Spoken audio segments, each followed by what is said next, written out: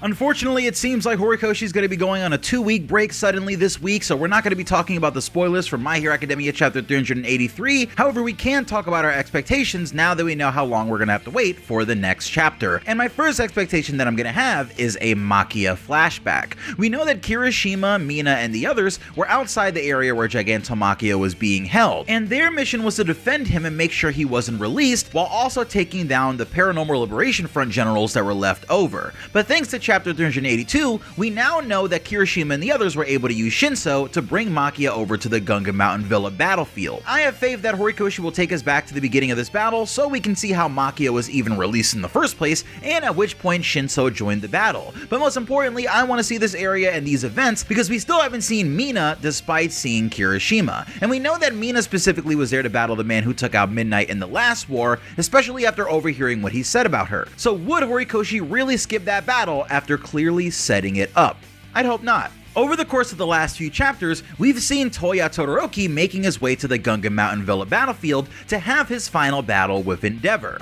Hawk does his best to keep All for One busy, but he yells to Endeavor that he's really the one that they need to settle things here, so he has to take care of Dabi ASAP because they need the #1 hero. Endeavor decides to not have this battle in front of everyone, and we've seen him flying away at full speed, still looking pretty tired, which we can tell from his inability to activate the flames on his face. But Endeavor is leading Dabi away from the battlefield and taking him somewhere else, and I'm wondering if Endeavor is taking Dabi to a similar place to Sokoto Peak, or if there's a specific kind of location that he's thought of a plan to use somehow, like above the ocean or a lake nearby. Wherever Endeavor is taking Dabi, don't forget that this is still a battle that we can expect to take place for a few chapters at least, so don't feel like this series is quite over yet, since there are a few battles that we haven't seen even start yet. Ultimately, Dabi is reaching the end of his timer much like All for One, so it'll be interesting to see what he does and what lasting effect he leaves on Endeavor if the #1 hero even survives, as we bring this series to a close.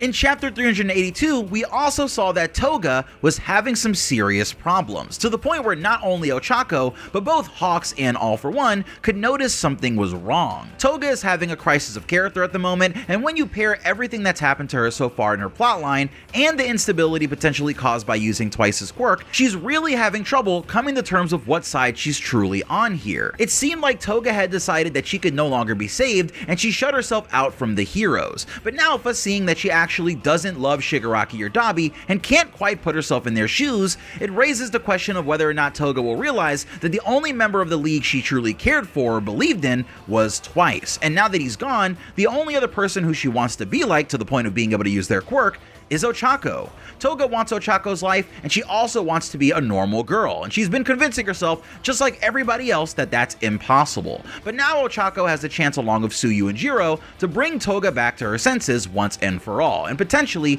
even gain an ally. So could the entire tide of the war change depending on which side Toga ends up on? I think so, but where do you think her plotline is going? We've been getting a decent bit of focus on the outside world in this last section of MHA, and while it has been a few chapters since we've seen what's going on outside of Japan, don't forget that all the governments in the world had abandoned Japan's heroes for their own safety. But now they can actually watch the struggle taking place, and it isn't hard to see that if the heroes had any outside help, they'd be able to close this out. So could the streams taking place all over the internet push other countries to get involved? We know Salam from Egypt really took big issue with his country's decision to abandon All Might and the others. So could this be enough to drive the international heroes to action, much like Star and Stripe? Or will Japan really have to do this all on their own?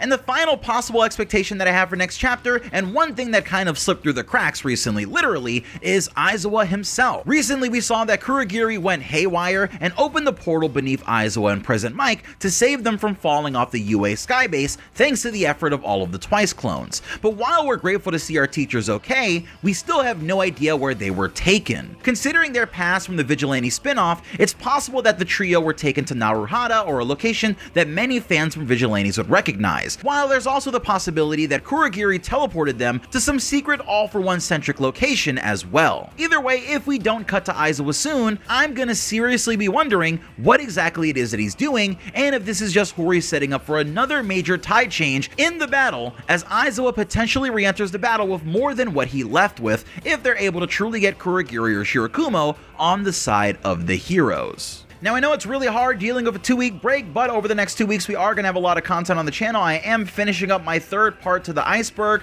I've got a special video coming out talking about different My Hero Academia fan games, and there's all sorts of interesting stuff that we're working on. So check back on the channel soon, and I'll see you guys later. It's Pineapple. Peace.